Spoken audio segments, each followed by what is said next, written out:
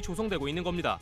심지어 한국인은 태국인을 개돼지로 본다는 등 과격한 비난까지 쏟아져 나오는 상황입니다. 한국 사람들은 태국 사람들을 무시해 환영받지 못하는 나라의 외관이 한국에 가겠다고 했을 때 제 친구들은 대다수 말렸습니다. 물론 한국이 아시아에서 매우 잘 사는 나라이고 한국에 가면 큰 돈을 벌 수 있다는 것을 알았지만 막상 가기는 어려웠으니까요. 합법적으로 갈 수 있는 방법은 너무 소수였기에 꿈 같은 일이었습니다. 저는 태국의 작은 마을에서 태어난 짠타나입니다. 저희 집은 어릴 때부터 농사를 지으며 어렵게 살았습니다. 마을은 아주 평화롭고 조용했지만 삶은 늘 팍팍했습니다. 아버지는 땅을 갈며 하루하루 힘겹게 일하셨고 어머니는 집안일과 함께 마을 시장에서 작은 가게를 운영하셨습니다. 저희 가족은 가난했지만 서로에게 의지하며 살았기에 항상 웃음이 끊이지 않았습니다. 하지만 저희의 현실은 결코 나아지지 않았습니다. 아버지의 건강은 점점 나빠졌고 어머니도 나이가 들어 더 이상 일을 하실 수 없었습니다. 제가 가정을 지켜야 한다는 책임감이 점점 더 커졌습니다. 저의 유일한 희망은 더 나은 삶을 저희 가족을 지원할 수 있는 방법을 찾는 것이었습니다. 그때 제게 들려온 이야기가 바로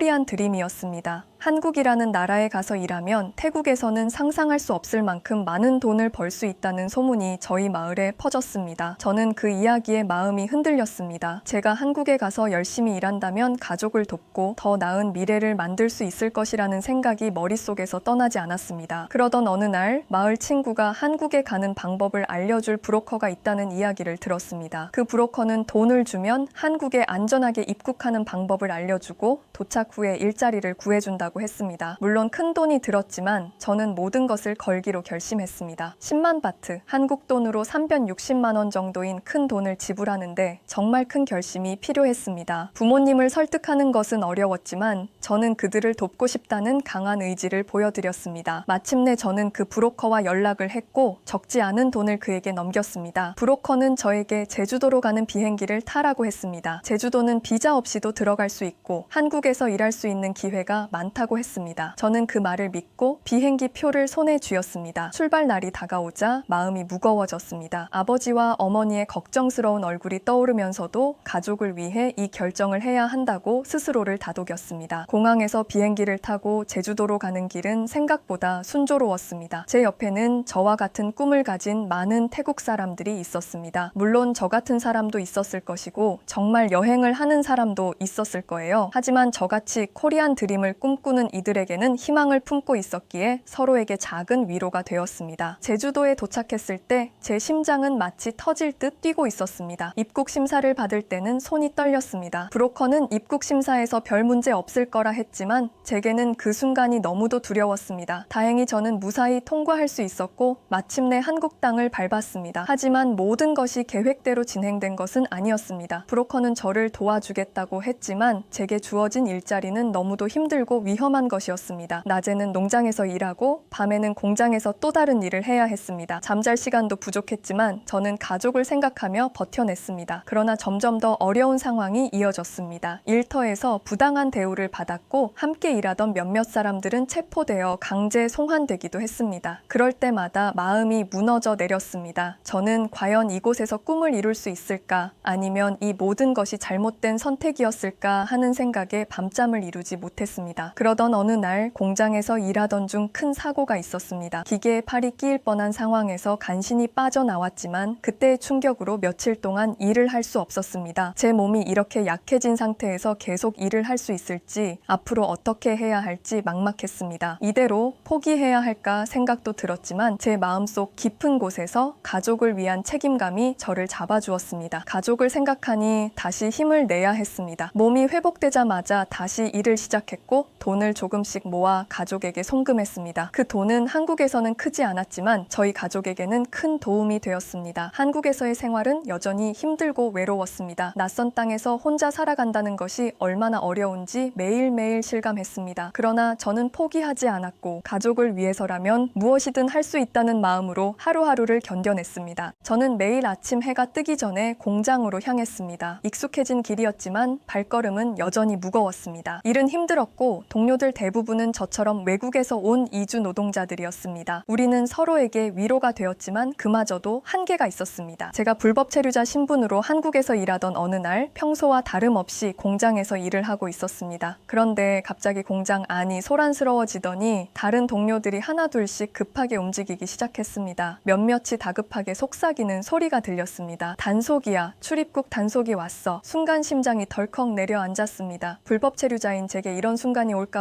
늘 두려워했지만 막상 그 순간이 닥치자 머릿속이 하얘졌습니다. 어떻게 해야 할지 판단할 시간도 없이 저도 다른 동료들을 따라 몸을 숨기려 했습니다. 공장 뒤쪽에 작은 창고가 있었고 저는 몇몇 동료들과 함께 그곳으로 몸을 피했습니다. 창고 안은 어둡고 먼지투성이었지만 숨죽여야 하는 저희에게는 그곳이 유일한 피난처였습니다. 모두가 숨을 죽이고 문 밖의 소리에 귀를 기울였습니다. 발걸음 소리와 함께 단속반이 공장 안을 수색하는 소리가 점점 가까워졌습니다. 저는 숨을 멈춘 채 떨리는 손으로 입을 막았습니다. 누군가 문을 열고 들어오면 저희는 모두 잡히고 말 것입니다. 그 순간 가족들이 떠올랐습니다. 태국에 있는 부모님이 생각났고 제 손으로 보낸 돈으로 조금씩 나아지던 삶이 이 단속 하나로 모두 무너질 수 있다는 생각이 들었습니다. 시간이 얼마나 지났는지 알 수 없었지만 마치 영원처럼 느껴졌습니다. 다행히도 단속반은 창고까지 오지 않았고 조금씩 멀어지는 발걸음 소리에 긴장이 풀리기 시작했습니다. 하지만 여전히 마음 한구석에는 두려움이 가시지 않았습니다. 언제 또다시 이런 일이 닥칠지 모른다는 생각에 가슴이 먹먹했습니다. 단속이 끝났다는 신호가 나오고 나서야 저희는 조심스럽게 창고 문을 열고 밖으로 나왔습니다. 모두의 얼굴이 창백했고 서로를 안도 섞인 눈빛으로 바라보았습니다. 이번에는 운이 좋았지만 이런 일이 계속 반복될 수는 없다는 생각이 들었습니다. 저는 그날 이후로 불안한 마음을 떨칠 수 없었고 더 이상 이곳에서 안전하게 지낼 수 없다는 생각에 마음이 무거워졌습니다. 그날 이후 저에게 두려움과 함께 더 나은 삶을 위해 이곳에 왔지만 하루하루가 언제 무너질지 모르는 불안 속에서 살고 있다는 현실을 다시 한번 깨닫게 했습니다. 또 시간이 지나 그날도 다른 날과 다름없이 일터로 들어갔습니다. 기계의 소음이 가득한 공장에서 저는 기계를 조작하며 정신없이 일했습니다. 그러던 중 갑자기 기계가 고장을 일으켰습니다. 예상치 못한 상황에 저는 당황했고 순간적으로 손이 미끄러져 기계에 팔이 끼일 뻔했습니다. 다행히 큰 사고로 이어지지는 않았지만 저의 손목은 심하게 부어오르고 있었습니다. 저는 부상을 입은 상태에서도 일을 멈출 수 없었습니다. 이곳에서 일하지 않으면 생계를 이어갈 방법이 없었기 때문입니다. 그러나 시간이 지나면서 손목의 통증은 점점 심해졌고 결국 며칠간 일을 쉬어야만 했습니다. 그 기간 동안 저는 절망에 빠졌습니다. 손목은 잘 낫지 않았고 앞으로 일을 계속할 수 있을지 걱정되었습니다. 며칠 후 손목이 조금 나아진 저는 다시 공장으로 출근했습니다. 일터에서 만난 동료들은 제가 일을 쉬는 동안 아무도 연락을 주지 않았습니다. 저는 외로웠지만 그들에게 섭섭한 마음을 표현할 수도 없었습니다. 그때 저를 유심히 지켜보던 한국인 동료가 있었습니다. 그의 이름은 김현수였습니다. 현수 씨는 조용한 성격이었지만 누구보다도 성실하게 일하는 사람으로 유명했습니다. 현수 씨는 그날 일을 마친 후 저에게 다가와 조용히 물었습니다. 짠타나 씨, 손목은 괜찮아요? 제가 보기엔 아직 많이 아파 보이는데요. 저는 그저 고개를 끄덕이며 괜찮다고 말했습니다. 하지만 그의 눈빛은 저를 걱정하는 마음이 담겨 있었습니다. 그는 더 이상 묻지 않았지만 다음 날에도 그 다음 날에도 저를 계속 신경 쓰는 듯 했습니다. 그리고 어느 날 퇴근 후 그는 저를 식당으로 초대했습니다. 그 작은 식당에서 저와 현수 씨는 처음으로 제대로 된 대화를 나누게 되었습니다. 그는 제가 겪고 있는 어려움에 대해 조심스럽게 물었고 저는 조금씩 마음을 열어 제 상황을 이야기했습니다. 저의 손목 부상, 고향에 있는 가족들 그리고 이곳에서 살아남기 위해 매일 겪는 고된 일들에 대해 솔직히 털어놓았습니다. 현수 씨는 제 이야기를 진지하게 들어주었고 제게 도움을 주고 싶다고 했습니다. 저는 처음에는 그 제안이 믿기지 않았습니다. 저를 왜 돕고 싶어 하는지 이해할 수 없었습니다. 불쌍해서 갖는 동정심이라고 생각했습니다. 그러나 현수 씨는 진심이었습니다. 그는 자신이 예전에 어려움을 겪었던 시절에 도움을 받았던 경험이 있었고 지금은 그 은혜를 갚고 싶다고 했습니다. 그날 이후 현수 씨는 저를 위해 여러 가지 도움을 주기 시작했습니다. 그는 저에게 병원을 소개해 주었고 저의 손목 부상을 치료받을 수 있도록 도와주었습니다. 그리고 더 중요한 것은 현수 씨가 저에게 소개해 준 새 일자리였습니다. 그 일자리는 지금보다 덜 위험하고 더 나은 환경에서 일할 수 있는 곳이었습니다. 또한 현수 씨는 제가 한국에서 합법적으로 체류할 수 있는 방법에 대해서도 알려주었습니다. 현수 씨 덕분에 저는 처음으로 희망을 느꼈습니다. 그는 저에게 단순한 도움을 준 것 이상으로 새로운 삶의 기회를 열어주었습니다. 시간이 지남에 따라 저는 그가 소개해준 새 일터에서 점점 더 안정적인 삶을 살게 되었습니다. 비록 여전히 고된 일은 많았지만 이제는 가족에게 더 많은 돈을 보낼 수 있었고 저 자신도 조금 더 여유를 가질 수 있었습니다. 저와 현수 씨는 시간이 흐르면서 점점 더 가까워졌습니다. 그는 제가 이곳에서 지낼 수 있도록 여러 가지 조언을 아끼지 않았고 한국 문화를 이해하는 데도 큰 도움을 주었습니다. 현수 씨의 친절함과 배려는 제가 이곳에서 느끼는 외로움을 덜어주었습니다. 어느 날 현수 씨는 제게 말했습니다. 짠타나 씨, 한국에 온 걸 후회하지 않길 바래요. 여기에 힘든 일도 많겠지만 당신은 충분히 잘 해내고 있어요. 그 말은 저에게 큰 위로가 되었습니다. 한국에서의 생활이 결코 쉽지 않았지만 현수 씨 덕분에 저는 다시 일어설 수 있었고 앞으로 나아갈 용기를 얻었습니다. 그의 도움은 단순히 물질적인 지원이 아니었습니다. 그것은 제가 포기하지 않고 꿈을 이룰 수 있도록 한 진정한 따뜻함이었습니다. 그의 도움 덕분에 저는 한국에서의 생활을 조금씩 안정시키며 꿈을 이룰 수 있는 길을 찾게 되었습니다. 저는 그를 만나게 된 것이 정말로 행운이라고 생각하며 언제나 감사한 마음을 품고 있습니다. 한국에서의 생활은 여전히 도전의 연속이지만 이제 저는 혼자가 아닙니다. 현수 씨와 같은 사람들의 도움을 받으며 저는 조금씩 더 나은 삶을 향해 나아가고 있습니다. 언젠가 고향으로 돌아가면 이 모든 이야기를 가족들에게 들려줄 것입니다. 그리고 그때 저는 가족에게 당당히 말할 수 있을 것입니다. 저는 한국에서 코리안 드림을 이루기 위해 열심히 노력했고 여러분 덕분에 그 꿈에 한 발짝 더 다가갈 수 있었습니다. 현수 씨가 소개해준 곳은 규모가 작고 가족 같은 분위기였으며 무엇보다 위험하지 않은 작업 환경을 가지고 있었습니다. 사장님은 현수 씨가 믿을 만한 사람이라며 저에게도 따뜻한 미소를 지어주셨습니다. 사장님은 저의 이야기를 들으며 고개를 끄덕였습니다. 그리고는 차분하게 말씀하셨습니다. 여기서 일하게 되면 힘든 일은 없을 거예요. 우리 공장은 작은 가족 같은 곳입니다. 중요한 것은 건강을 잘 챙기면서 오래 일할 수 있는 환경이니까요. 저는 그 말에 큰 위로를 받았습니다. 그동안 겪었던 힘든 일들이 떠오르며 이제는 정말로 안정적인 일자리를 찾았다는 생각에 가슴이 벅차올랐습니다. 새로운 공장은 이전과는 전혀 달랐습니다. 일의 강도는 낮았고 사장님과 동료들은 모두 친절했습니다. 무엇보다도 현수 씨의 소개 덕분에 제가 여기서 일하게 된 것에 대해 동료들이 저를 가족처럼 받아주었습니다. 처음 몇 주 동안은 새로운 환경에 적응하는 데 시간이 걸렸지만 점차 익숙해졌고 일도 잘 해낼 수 있었습니다. 사장님은 제가 일을 잘 마칠 때마다 격려해 주셨고 조금씩 더 많은 일을 맡길 수 있는 신뢰를 주셨습니다. 동료들과도 점점 더 가까워지면서 저는 이곳에서 진정한 의미의 안정을 찾게 되었습니다. 가장 중요한 것은 이곳에서 저는 더 이상 매일 두려움에 떨지 않아도 된다는 점이었습니다. 매일이 고통스럽고 힘든 시간이었던 이전의 공장과는 달리 이제는 하루하루가 조금 더 밝고 희망찬 느낌이었습니다. 시간이 지나면서 저는 비로소 이곳에서 오래도록 일할 수 있다는 확신을 갖게 되었습니다. 사장님은 제게 한국에서 합법적으로 체류할 수 있는 방법에 대해서도 여러 조언을 주셨고 서류 작업을 도와주기까지 하셨습니다. 이제는 비록 작은 한 걸음이지만 저는 더 나은 삶을 향해 나아가고 있다는 것을 느끼고 있었습니다.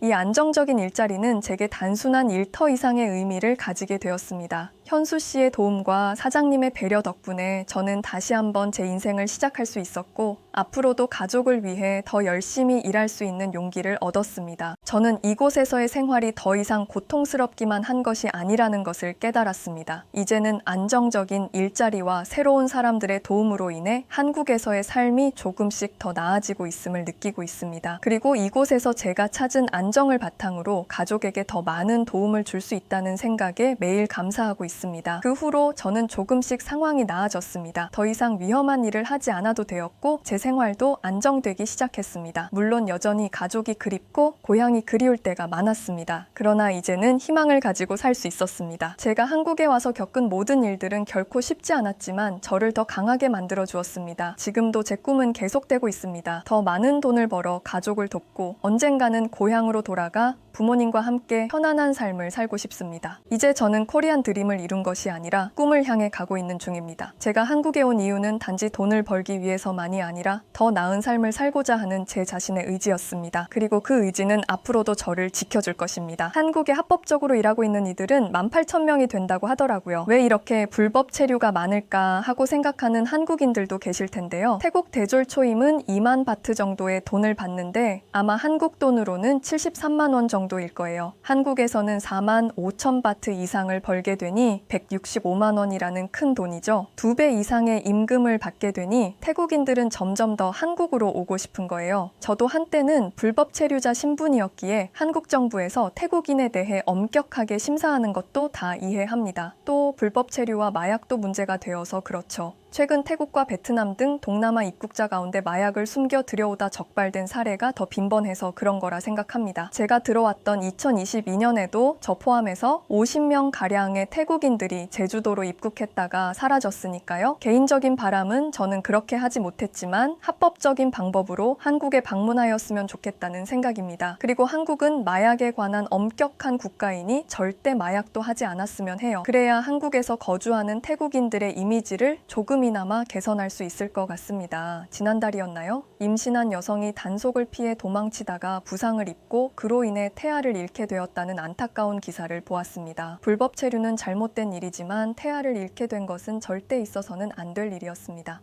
불법 체류자의 신분이라는 이유로 충분한 의료 조치를 받지 못하고 결국 강제 출국으로 이어진 기사에서 이주 노동자에 대한 태도와 시스템의 문제점을 여실히 드러냅니다. 단속 과정에서 특히 임신한 여성과 같은 취약한 상황에 있는 이주 노동자들에게는 더욱 세심한 배려를 해주시기를 바랍니다. 물론 불법적인 행태를 하는 것은 단속해야 하겠지만 일하러 온 노동자들에게는 강제 단속이라는 명목 아래 이들의 생명과 건강이 위협받는 건 정말 안타까운 일입니다. 이런 비극이 다시는 일어나지 않도록 태국인들도 노력해야겠습니다. 그리고 한국 정부와 사회도 배려해 주시면 좋겠습니다. 이주 노동자들에게도 한국인들의 따뜻한 배려와 아량을 베풀어 주기를 부탁드립니다. 오늘 사연 들어주셔서 감사합니다.